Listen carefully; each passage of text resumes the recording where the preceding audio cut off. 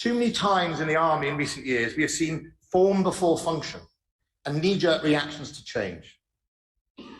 We've also forgotten the premium of being forward and present in the world.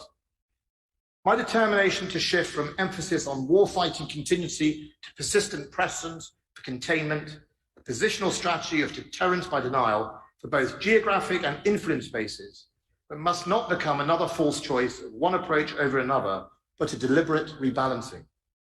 We must always be ready to fight, wherever positioned and whichever domain, and in doing so, contain the Kremlin's aggression, because it is increasingly clear that President Putin cannot be deterred by threat of punishment or the costs imposed upon his people. As Minister Shoigu told me himself while I was in Moscow earlier this year, no one can suffer like the Russians. There is almost a perverse pride in that suffering. And I believe that is what distinguishes us and our allies from Putin's regime.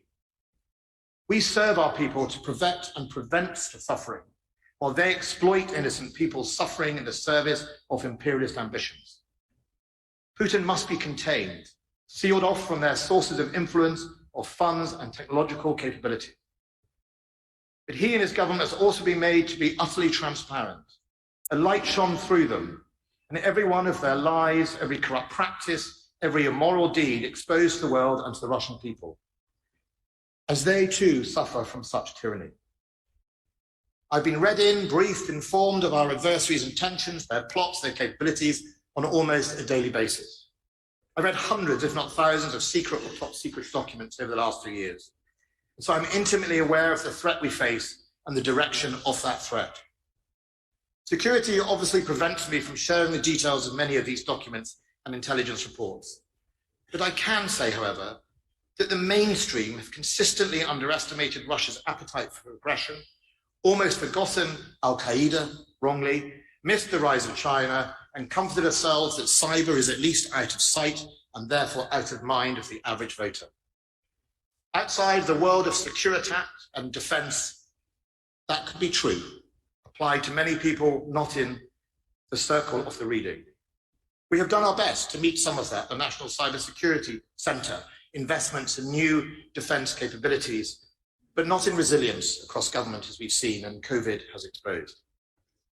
While we meet our commitments, we've also made some good decisions in order to maximise our outputs. We are, like many in Europe, treading a fine line, however.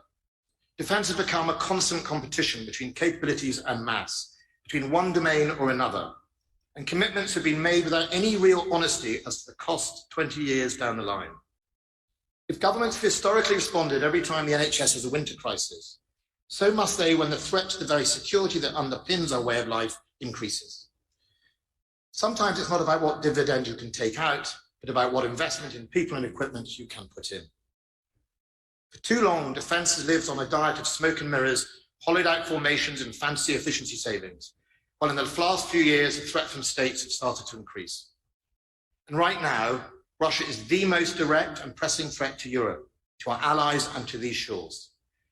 I'm serious when I say there is a very real danger that Russia will lash out against wider Europe, and that in these days of long-range missiles and stealth, distance is no protection.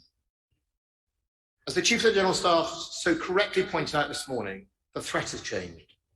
And as the Prime Minister and his fellow leaders are addressing Madrid today, so must our response. Russia is not our only problem.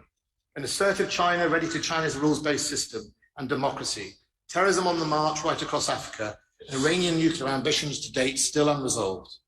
The threat is growing and is global and is multi-domain.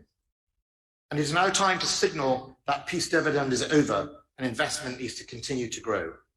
Before it becomes too late to address the resurgent threat and the lessons learned in Ukraine, it is time to mobilize, to be ready and to be relevant.